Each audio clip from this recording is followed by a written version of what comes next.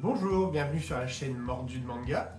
Aujourd'hui, je suis tout seul, c'est Dorian, parce que je vais vous présenter ma Mangatech. Donc vous avez une belle partie derrière, qui n'est pas complète, ça commence à prendre un peu de place, donc il y a quelques étagères réparties un peu ailleurs, je vais vous présenter tout ça. J'ai aussi évidemment l'application Manga Collect, pour bien suivre ce que je fais et pas acheter de tomes en double ou en triple, comme ça a déjà pu m'arriver. Donc là, je vais vous présenter toute ma collection, accumulée depuis une quinzaine d'années maintenant. Il y a du neuf, il y a de l'occasion, il y a un petit peu de tout. Il y a pas mal de genres différents. On va en parler. Je vous présente tout ça. C'est parti. Voilà, alors là, on est devant une bonne partie de la bibliothèque. Il n'y a pas tout, comme je le disais. Alors moi, ça bouge souvent. Hein. J'aime bien les changer, les intervertir. J'aime bien que ce soit des couleurs, que ce soit visuellement attrayant, mais du blanc, du noir, du rouge, alterner des couleurs. Donc ça a pas mal bougé ces dernières années. Là, c'est un petit peu plus figé, parce qu'avec Jason, on a eu l'idée de, ici, sur la grosse partie, présenter les séries finies. Comme ça, c'est fixe, ça bouge plus. Et du coup, ce qui est en cours et ce qui bouge pas mal, c'est sur une autre étagère. Voilà. Donc, je vais pas tout vous présenter en détail, mais vous parler un petit peu des séries et des façons dont je les ai eues et des différentes lectures. Alors, ici, tout en haut, peut-être que certains auront reconnu, ce sont les Dragon Ball. C'est l'édition double. Qui date d'il y a quelques années. C'est pas la plus belle édition, mais comme à l'époque j'arrivais pas à trouver l'édition pastel que je voulais, bah, j'ai pris l'édition double, qui reste sympa malgré tout. Hein. Donc voilà, en haut j'ai les Dragon Ball, un grand classique. Ensuite, ici j'ai par exemple Blazer Drive, qui est une série un peu moins connue. L'auteur c'est Seishi Kishimoto, c'est le frère de Masashi Kishimoto qui a fait les Naruto. Donc c'est peut-être un peu nul de les comparer parce qu'ils sont frères, mais le dessin est quand même assez proche. Et son autre série, Satan 666, qui est un petit peu plus connue, les dessins se ressemblent vachement, et même le scénario est assez proche de Naruto. Donc voilà, moi c'est pas les mangas que j'ai préféré lire, mais ça reste des petites séries sympas que je suis content d'avoir dans ma mangatech. À côté, j'ai mis les Battle Royale, parce que Battle Royale, j'adore, c'est un classique, hein, moi c'est bien indispensable. En plus, cette édition-là, la noire, est vachement belle, je trouve. Dans une bibliothèque, voilà, j'aime bien, je trouve que ça a de la gueule. Les Battle Royale. Ensuite, ici, on a les Bleach. Bleach et Naruto, pour moi, c'est un peu le même acabit. C'était les grands mangas du moment de quand j'étais lycée et collège. Voilà, moi, c'est des séries de cœur. C'est des séries que j'ai pris énormément de plaisir à lire. Et si aujourd'hui je suis fan de manga, c'est grâce à Naruto et Bleach par exemple. Donc voilà. Les Bleach sont ici, les 74 tomes. Ils sont là, ils sont beaux et je les aime beaucoup. Ensuite, ici j'ai The Promised Neverland. Série qui a fait pas mal parler ces dernières années, qui est super. Franchement, ça a été un petit coup de cœur, The Promised Neverland. Moi j'aime bien quand il y a ce petit mélange entre innocence et violence, quand on peut passer d'un extrême à l'autre dans la même série. Je trouve ça super chouette. Voilà, super beau, super chouette. Promised Neverland, très bonne série. Ils sont juste ici, ils sont à côté des Full Metal Alchemist. Full Metal Alchemist, moi j'adore, c'est ma série numéro 1. C'est la série qui a fait que je me suis dit, mais vraiment, les mangas, c'est trop bien. Et Hiromu Arakawa, j'ai plusieurs séries d'elle. J'adore sa plume, j'adore son style. Je la trouve hyper pertinente. J'adore son humour, j'aime tout. Full Metal Alchemist, j'adore, donc je suis assez fier de les avoir. Cette édition est assez... Alors, j'ai pas la perfecte édition, parce que celle-là, je l'ai depuis longtemps et elle me va très bien. Juste pour l'anecdote, j'avais commencé par acheter les tomes, les triples tomes, comme ils avaient fait au début. Mais en fait, c'est pas beau. J'aime pas. Donc actuellement, j'ai trouvé d'occasion les tomes qui me manquent pour pouvoir avoir toute la série en tome unique. Voilà. Là, j'ai une toute petite série ça s'appelle Shaman King Red Crimson. C'est un spin-off de la série Shaman King qui est un petit peu plus bas, je crois. Bah, que je peux présenter, elle est juste à côté. Un spin-off de la série Shaman King par Hiroyuki Takei. Et en fait, voilà, ça se lit tout seul, c'est un petit spin-off. Et les Shaman King, je les ai parce que c'est le premier manga que j'ai lu. C'est le number one quand j'avais, je sais plus, 10, 11, 12 ans. un copain du collège qui m'avait prêté ça, où au début je me disais pourquoi ça se lit à l'envers, je comprends rien. Et en fait j'ai accroché, ça a été vraiment la révélation. Je connaissais Dragon Ball à l'époque, mais Shaman King ça a vraiment été le premier manga. Et c'est ma petite pépite quoi, mon petit bébé. Donc ils sont là, ils commencent à être un petit peu vieux, hein, mais ils sont toujours là. Pour continuer, ici un petit peu de, je sais pas comment on peut appeler ça, Dark Fantasy je pense. Hubelblatt pour ceux qui connaissent. Alors Hubelblatt je les ai eu d'occasion. Voilà, c'est vrai qu'avec Jason on utilise pas mal de sites d'occasion parce que mine de rien les mangas ça coûte cher. Et puis autant acheter d'occasion, hein, ça recycle et puis en général les gens ils prennent assez soin donc voilà. Hubelblatt je les ai eu d'occasion, je connaissais pas plus que ça, mais j'ai trouvé les dessins super beaux, super cool, j'ai adoré le côté fantasy, le côté sombre, donc je les ai achetés sans même connaître l'histoire. En fait j'ai trouvé ça chouette, alors c'est pas ma série préférée, mais franchement ça se lit bien, c'est vraiment très beau à lire, c'est très très agréable en termes de dessin, c'est super chouette. C'est de la dark fantasy, c'est heroic fantasy, ça parle d'elfes, ça parle de choses comme ça, de dragons et autres. C'est chouette, c'est sympa, ça se lit bien, il y a 24 tomes je crois, 23 tomes plus le tome 0, ouais, donc il y a 24 tomes. Ça se lit bien, je les aime bien. Juste à côté, pour rester dans le... C'est pas fait exprès, mais pour le coup c'est plutôt bien fait, pour rester dans le thème un peu fantasy, les Berserk. Voilà, Berserk, grand classique. Alors assez récent. Moi je les ai lus très récemment parce que je trouvais ça vachement violent en fait quand j'étais plus jeune. J'avais du mal, je trouvais ça trop trash, trop gratuit, trop gore. Et en vieillissant j'ai fini par m'y intéresser et en fait Berserk c'est cool. Hein. Berserk c'est génial, Kentaro Miura c'est un génie, le présente plus, c'est un dieu dans ce qu'il a fait. Il a géré ça d'une main de maître et Berserk c'est un chef-d'œuvre, hein. C'est un des petits chefs-d'œuvre que j'ai dans ma bibliothèque, donc je suis très content de les avoir. Juste à côté, ici, alors série moins connue, enfin moins connue, la blague Zelda, tout le monde connaît, mais donc voilà, Zelda, c'est une adaptation du jeu vidéo Twilight Princess qui a été fait en manga du coup. C'est deux femmes qui ont fait ça, j'ai plus les noms, je suis pas forcément bon pour dire les noms. Akira Imekawa. Voilà, Zelda parce que moi j'avais adoré le jeu, donc quand j'ai vu la série, je me suis dit ah ouais pourquoi pas, et puis j'avais jamais essayé les jeux vidéo adaptés en manga, ça passe bien, c'est du Zelda, c'est efficace, c'est court, ça passe tout seul. Ensuite une série, alors je pense que c'est très peu connu ici, c'est les Brigades Immunitaires.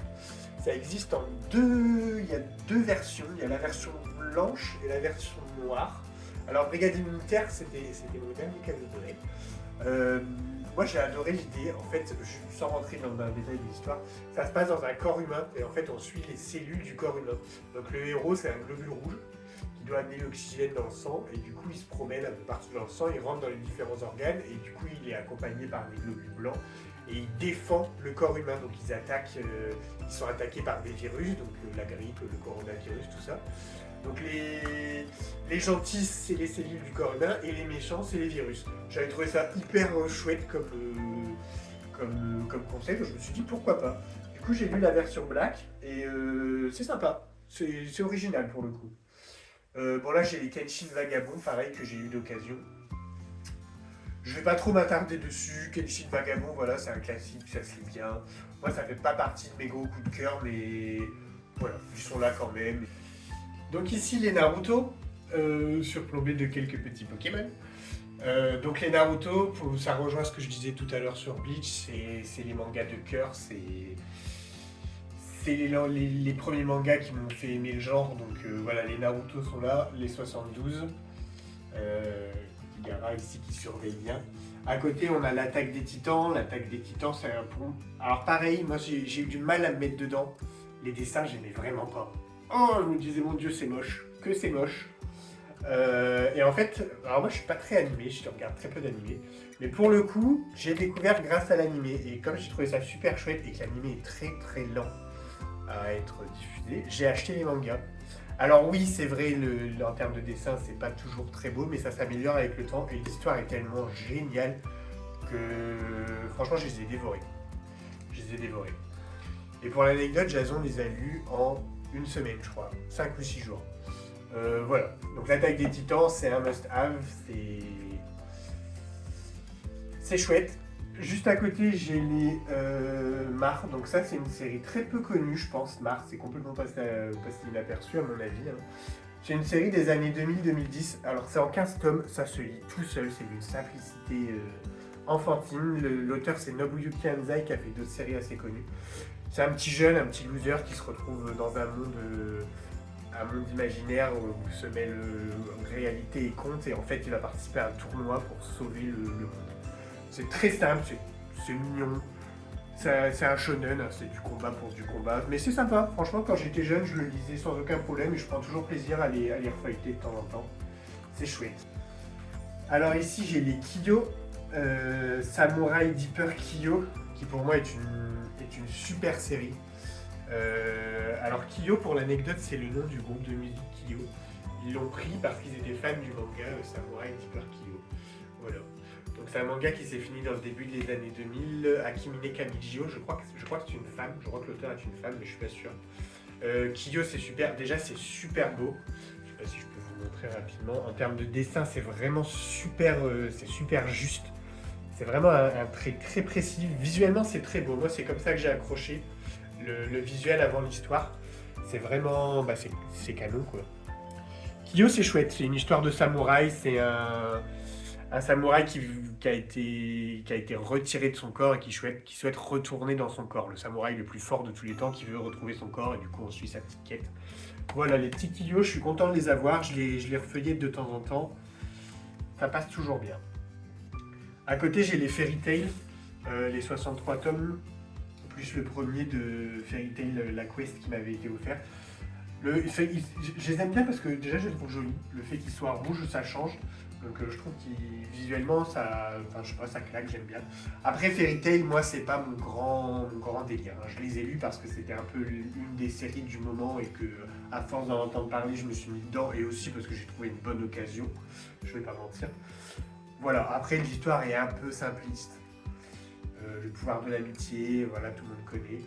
C'est une bonne lecture, mais moi, c'est pas ce que j'ai préféré. Mais malgré tout, ils sont là parce que je les trouve jolis et ça reste une lecture correcte. Hiro Mashima est très juste dans ce qu'il fait. Donc voilà, les Fairy Tail. Juste à côté, j'ai deux séries peut-être moins connues. Hop, donc là, j'ai les 2 tomes de Takopi qui sont sortis il y a 1 an ou 2, qui avaient fait un petit peu de bruit à l'époque. Et à côté, j'ai Suikoden. Alors pour faire très rapide, Suikoden, c'est en 11 tomes. C'est une série adaptée d'un jeu vidéo, Suikoden 3. C'était un jeu vidéo qui a bien marché, je crois, dans les années 2000, si je ne dis pas de bêtises, et qui a été adapté en manga aux éditions Soleil. Donc voilà, ça se lit bien. Quand on est dans l'univers jeu vidéo, un peu à la Final Fantasy, on accroche bien. C'est une histoire très simple, c'est en 11 tomes. C'est bouclé facilement, c'est sympa. Et en bas de cette étagère, il y a les One Piece qui commencent à prendre de la place. Voilà, One Piece. Alors moi, j'aimais pas du tout au début. Quand j'ai commencé à lire des mangas dans mes années collège, début 2000, je crois 2004, dans ces eaux-là, j'aimais pas du tout. Je trouvais ça moche visuellement. J'aimais pas du tout les dessins. C'était fouillis. Je me disais, mais qu'est-ce que c'est que ce truc? Je comprends rien. Visuellement, j'accrochais pas du tout. C'est une époque où je lisais Shaman King, Naruto, et en fait, One Piece, je trouvais ça hyper brouillon. Et en fait, avec le temps, en grandissant, et puis c'est le manga numéro 1, hein, donc on entend tout le temps parler, j'ai fini par me mettre dedans, et au final, voilà, aujourd'hui, j'accroche beaucoup. Je trouve que l'histoire est vachement complète, vachement... Bon, voilà, je vais pas m'attarder sur One Piece. Mais voilà, tous les One Piece sont là, 106 à l'heure actuelle. Ça va certainement continuer. Oula, si je décide... voilà, donc là c'était la grosse partie des mangas.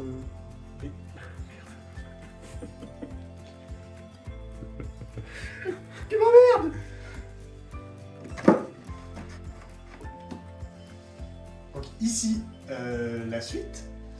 Donc là, les Alice in Borderland. Alice in Borderland que moi j'ai découvert grâce à la série live action sur Netflix. Alice in Borderland, moi j'adore. Et franchement, c'est une petite pépite pour moi de ces dernières années. Alors pourtant, j'aime pas trop quand c'est gore et quand c'est violent. Alice in Borderland, on est dans le gore et le violent gratuit. Hein. Mais j'ai adoré, j'ai trouvé ça super chouette. En plus, les éditions sont super belles. Les tomes sont vraiment canons. L'histoire est bien, c'est bouclé en 18 tomes, c'est chouette. Donc là, Alice in Borderland, ils sont juste ici. Et à côté, on retrouve une toute petite série en 4 tomes Mar Omega, c'est la suite de Mar que j'ai présenté juste avant. Enfin, la suite, c'est un petit spin-off qui se passe quelques années après. Honnêtement, ça n'a pas grand intérêt, mais comme moi, c'était dans un petit manga de cœur et que c'était en 4 tomes, je suis tombé sur une bonne occasion, je les ai pris. Ils sont juste là. En dessous, je pense que beaucoup l'auront reconnu, les Death Note, édition que moi je trouve super belle. J'adore le mélange des... Tout le monde n'aime pas, mais moi j'aime bien le mélange des couleurs. Les Death Note, je pense, en fait, qu'on aime le seinen, qu'on aime le shonen, ou le shoujo, peut-être que je vais dire n'importe quoi, hein, mais moi j'ai l'impression qu'on retrouve un peu des trois dans Death Note. Pour moi, c'est vraiment le bon alliage qui peut... Death Note, ça va plaire à tout le monde. Donc ils sont là, ils sont beaux, ils sont propres. À côté, j'ai les Monsters, un peu jolis, les pauvres, avec le temps. Alors Monster, moi j'ai une histoire un peu particulière avec Monster, ce que j'aimais pas du tout quand j'ai découvert dans ma vingtaine, on va dire. J'aimais pas, je trouvais ça plan-plan, je trouvais ça chiant, je comprenais pas, vraiment je m'ennuyais. Et puis j'ai fini par les trouver d'occasion, c'était une bonne occasion et je me suis dit bon, je vais quand même le tenter parce que j'en ai toujours eu que des bons retours, donc pourquoi pas le tenter, l'occasion était quand même sympa. Je l'ai pas trop cher et en fait j'ai adoré. Peut-être parce que j'ai vieilli aussi, donc aujourd'hui mes lectures sont peut-être un peu plus sérieuses, je sais pas. J'ai adoré l'enquête, j'ai adoré la complexité des personnages, j'ai adoré le côté psychologique, le côté tordu, sans faire de spoiler. Mais vraiment, on peut parler de machiavélisme, un peu psychopathe, vraiment de la manipulation au maximum. J'ai trouvé ça super chouette, on est vraiment pris dans l'intrigue. Donc les monsters sont juste là, à côté des Demon Slayer. Demon Slayer, gros carton ces dernières années. Voilà. Alors Demon Slayer c'est sympa, ça se lit tout seul, c'est vraiment chouette, c'est abordable, ça se lit facilement. Après moi, pour être honnête, c'est pas mon grand délire. J'ai trouvé ça un peu simpliste. Voilà. Après la série a des forces, je vais pas forcément m'attarder dessus parce que ça va beaucoup spoiler, mais moi j'aime bien certains aspects de la série où les personnages sont carrés. Il y a un début, il y a une fin, c'est suffisant. Il y a 23 tomes. C'est un peu, par exemple, ce que je reproche à une série comme Naruto, c'est bien, mais c'est trop long. Ça aurait été plus court, ça aurait été encore mieux. Ben, c'est le cas de Demon Slayer. Donc ça, pour le coup, c'est une vraie force. 23 tomes, c'est bouclé, ils sont juste là. À côté, j'ai l'Atelier des Sorciers. Alors, l'Atelier des Sorciers, c'est une... J'ai l'impression de dire ça à chaque fois. Mais c'est un de mes petits coups de cœur de ces dernières années, je trouve ça. Alors déjà, l'Atelier des Sorciers... Avant l'histoire, c'est le dessin. Le dessin est magnifique. C'est super, c'est vraiment mignon. C'est un très beau tracé. C'est un petit peu style aquarelle. C'est vraiment un très beau dessin. C'est très propre. C'est très détaillé. C'est vraiment très joli. L'histoire est somme toute assez classique. Une petite fille qui va apprendre au fur et à mesure parce que dans le monde dans lequel elle évolue, il y a le métier de magicien. Elle va devenir magicienne. Et en fait, ce qui est génial, c'est vraiment l'immersion dans le monde. Il y a vraiment des détails ultra précis. L'auteur a vraiment pensé à tout. Et on est vraiment immergé dans ce monde empreint de poésie et de magie. Où on suit les aventures de la petite Coco au sein de l'Atelier des Sorciers. 12 tomes actuellement. Alors, le bémol, c'est que le rythme de parution est très lent. C'est très lent. C'est vraiment un bémol parce que la série est chouette. Ici, juste en dessous, on a les Doubt, donc dans la même veine que l'autre série très connue par le même auteur, Judge, thriller psychologique. La petite enquête, mais c'est vraiment du psychologique pur et dur. On aime ou on n'aime pas, mais moi je trouve ça toujours sympa de se torturer un peu l'esprit sur ce genre de lecture. Et à côté, les Satan 666 dont je parlais tout à l'heure, Seishi Kishimoto, l'auteur de Blazer Drive, frère de l'auteur de Naruto, un jeune garçon possédé par un démon. Voilà. C'est sympa, mais c'est pas indispensable et c'est pas l'histoire incroyable, mais bon voilà, c'est toujours sympa. Encore une fois, je les ai eu d'occasion. Donc ils sont là, l'édition est assez jolie. Et ici, la dernière partie de la collection. Alors il y a quelques tomes qui dépassent en haut. Pardon, Pokémon. Voilà. Que j'ai découvert il n'y a pas longtemps et franchement qui est chouette, ça se lit tout seul. Pokémon c'est ma génération, hein, donc forcément c'est super chouette de retrouver la première édition avec les premiers Pokémon. Ça rappelle vraiment l'enfance et l'univers Pokémon qui est toujours aussi génial avec toutes les années. C'est toujours un plaisir de se replonger dedans. Donc voilà, j'ai les petits Pokémon. Et juste à côté, j'ai Alma. Alors Alma, c'est une petite série en 4 tomes sur un monde futuriste. Euh, voilà, c'est en 4 tomes, ça se lit tout seul, c'est bien. Et à côté, là je vais prendre un tout petit peu plus de temps pour vous parler des Enfants de la baleine. Les Enfants de la baleine, c'est le coup de cœur pour moi de ces dernières années. C'est pas trop connu, voilà, mais déjà c'est super beau, franchement. Je pense tout le monde sera d'accord pour le dire la même chose, les dessins sont super beaux. Et à l'intérieur, donc là les couvertures sont en couleur forcément, mais à l'intérieur c'est pareil, hein, c'est tout aussi beau, il y a vraiment un côté vraiment très détaillé, c'est le... Je dis toujours la même chose, mais ce côté aquarelle en noir et blanc, moi je trouve ça super beau. Je les ai découverts grâce à Netflix, il y a une série sur Netflix, il y a juste une saison 1, ils ne sont pas allés plus loin, mais qui est vraiment très belle et qui garde ce côté très, très pastel, très, très doux du dessin, malgré la violence de l'histoire, parce qu'on est sur une histoire assez crue quand même. Hein. C'est un petit groupe de survivants à la dérive qui va se faire attraper par un empire et ils vont essayer de survivre comme ils peuvent grâce à leur... voilà, il y a certains habitants qui ont des pouvoirs magiques, je ne vais pas rentrer dans le détail, mais franchement, si vous ne connaissez pas, attardez-vous, au moins regardez la série qui est disponible sur Netflix, et si vous accrochez, lisez les tomes, vous ne serez vraiment pas déçus. Les Enfants de la baleine, c'est vraiment une petite pépite pour moi. Et le dernier tome sort ce mois-ci. Donc ça y est, la série sera enfin finie, parce que c'était long. Donc série complète en plus, ça peut être sympa. Et ensuite en dessous, ce sont pour la grande majorité des séries en cours, donc qui se remplissent au fur et à mesure. Juste ici, les Ranking of King, que j'ai découvert récemment et qui sont super chouettes. Les aventures du petit Boichi, c'est toujours agréable à suivre. Et c'est chouette parce qu'un personnage principal qui est sourd et muet, bah moi j'avais jamais lu. Et malgré le fait qu'il parle pas, et ben on comprend tout en fait. Enfin, c'est peut-être bête à dire, mais les dessins sont vraiment bien faits. Juste des dessins où on comprend l'intention et on comprend le rythme d'évolution de ce petit garçon tout chétif sans qu'il ait besoin de s'exprimer. Donc ça, c'est vraiment chouette. En Ranking of King, à côté, on trouve les Tsugai, donc série de Hiromu Arakawa, l'autrice de Full Metal Alchemist. J'ai également, ils doivent être juste à côté, les Arslan. Donc ça, c'est deux séries de Hiromu Arakawa, comme je le disais, l'autrice de Full Metal Alchemist. Les deux sont en cours de parution. Tsugai, ça vient tout juste de commencer. Arslan, on est sur la fin. Arslan, il y a une série animée aussi qui est vachement chouette. En fait, c'est un roman écrit par Monsieur Tanaka, mais j'ai oublié son prénom, Yoshiki Tanaka, que Hiromu Arakawa adapte en manga en fait. Donc on retrouve sa patte, hein, on retrouve son dessin à la Full Metal. C'est chouette, c'est vraiment bien, je le conseille. Donc ça c'est en cours de parution. Hop, ça va là. Et à côté on a d'autres séries, donc là on a les Tokyo Revengers, ici j'ai les Kaiju numéro 8. Kaiju numéro 8,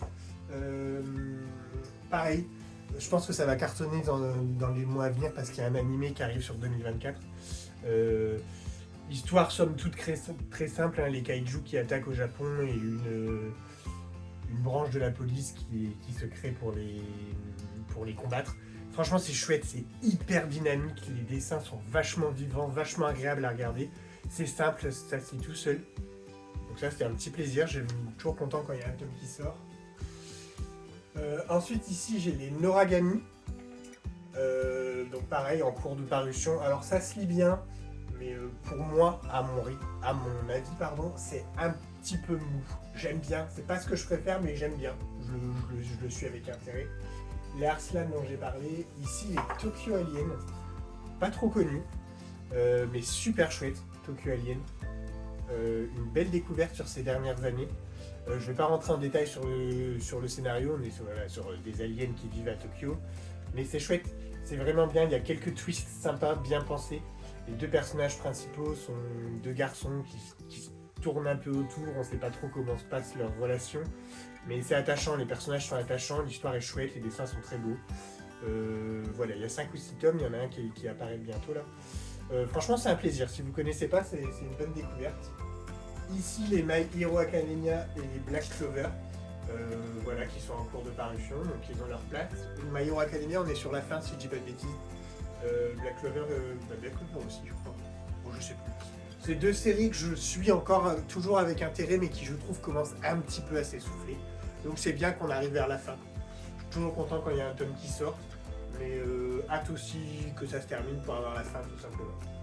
Ici, les Made in Abyss. Made in Abyss, que j'ai découvert encore une fois grâce à l'animé. Moi qui dis toujours ne pas être fan d'animé, bah, finalement j'en regarde quand même quelques-uns. Made in Abyss, je suis partagé. J'adore l'histoire, j'adore le fond de l'histoire, les personnages sont attachants, sont mignons, le fait que ce soit des petits-enfants et qu'ils soient confrontés à des choses vachement... Alors, c'est pour public averti, hein. Ça peut paraître tout mignon comme ça, mais il y a des passages vraiment trash, vraiment violents, et je vais pas rentrer dans la polémique, mais au Japon, il y a toute une histoire par rapport à l'auteur. Moi, j'ai pris du plaisir à le lire, voilà. Ici, j'ai les Spy X Family, juste à côté des Jujutsu Kaisen, et en dessous suivi de Eden Zero, donc la nouvelle série de Hiro Mashima, l'auteur de Fairy Tail entre autres.